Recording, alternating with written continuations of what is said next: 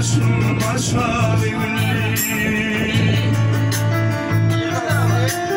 çıkabilmem yadlamasınlar. Bir yaşın bir fare bir elim uçur yaşlarım yol ile. Bıraktın sen beni bunu geçer.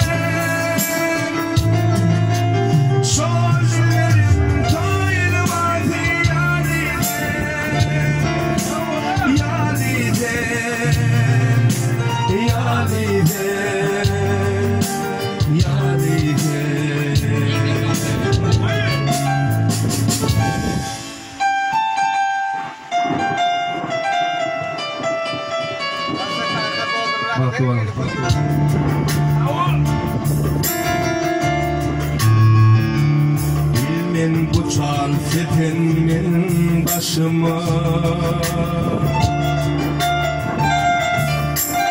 Akadırım ak yerimi düştü mü yanıp kıyan kurtulma gözüme.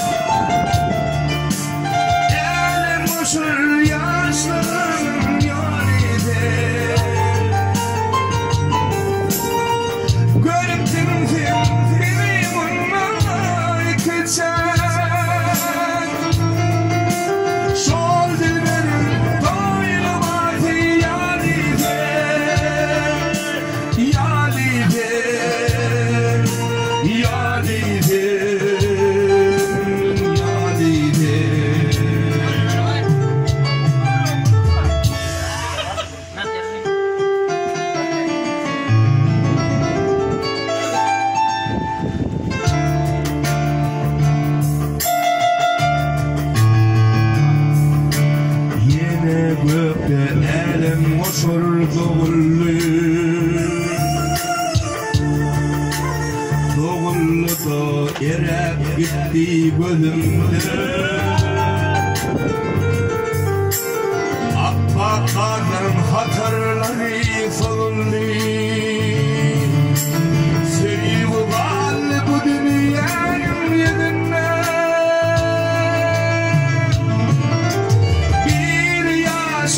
bir fare bir elim uçur aşıklarım yol ile. Niçin gittin yüreğime ot koyup bu çağda hiç gelmedik yad ile.